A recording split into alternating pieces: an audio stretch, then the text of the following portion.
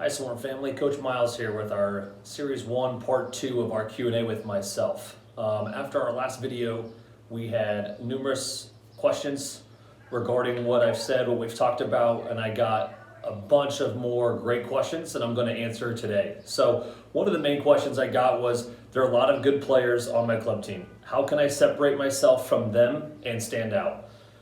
It's a great question, first of all. Second of all, I think you have to find out what your strengths and weaknesses are, continue to work on your strengths, but I think you really need to work on your weaknesses more, get better, and make those weaknesses your strengths. That way you become a better overall player.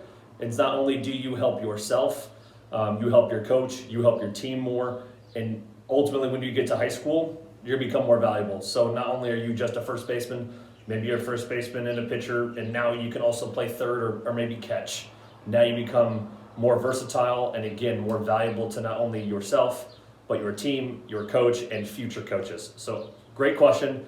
But again, that is one way that you can go ahead and stand out, improve, and become a better player. And you know what? Ultimately, hopefully, it leads to more playing time.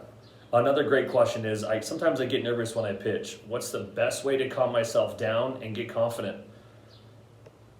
Just remember, when you are pitching, your coach puts you in there because he believes in you. He trusts what you do. He trusts what you have, the stuff that you have, whether it's just a fastball if you're younger, or a fastball and a changeup, or if you're at our level and you have a curveball as well. You just have to trust your stuff, throw everything with conviction, and just do what you do. Remember, you have 7 people behind you. Obviously, you have a catcher, so there's 8, but 7 people behind you on their toes, ready to field the ball, catch a fly ball, anything that the hitter hits out there. And even if you don't strike them out, you have 7 people out there that you also need to trust, just like they trust you, along with the coach trusting you. So step off, take a deep breath, trust everything that you're doing, every pitch that you throw, and hopefully you will start to gain some confidence and not get as nervous. Last question I have is, what's more important, a great pickoff move or a great slide step? It's a good question. That's a tough one to answer, to be honest.